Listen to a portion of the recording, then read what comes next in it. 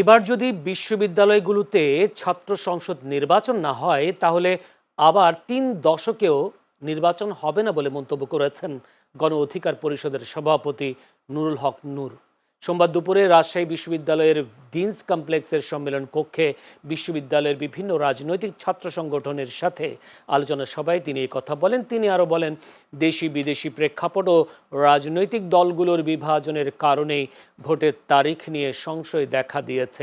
এছাড়া ঐকমত্য কমিশনে পিআর পদ্ধতি নিয়ে বলেন, পিআর পদ্ধতিতে বিএনপির দ্বিমত রয়েছে। এই পদ্ধতি পাশ হয়েছে ঠিকই, কিন্তু নোট অফ ডিসেন্ট দেওয়া হয়েছে। আলোচনা সভায় রাজশাহী বিশ্ববিদ্যালয়ের বিভিন্ন ছাত্র সংগঠনের নেতাকর্মী ও ছাত্র উপদেষ্টা শিক্ষকরা উপস্থিত ছিলেন। ওভারঅল নির্বাচনটা আসলে হোক, এইটা শিক্ষার্থীদের একটা আন্তরিক চাওয়া এবং তারা চায়, কিন্তু নির্বাচনের প্রক্রিয়া বা নির্বাচনে বিভিন্ন ছাত্র সংগঠনের ভূমিকা নিয়ে আবার তাদের কারোর মধ্যে একটু সংশয় আছে। এবং ভাইস চ্যান্সেলর স্যারের সাথে কথা বলেছি, উনি তো খুব পজিটিভ যে উনি নির্বাচন দেওয়ার জন্যই উনি তফসিল দিয়েছেন এবং উনি এটা চান।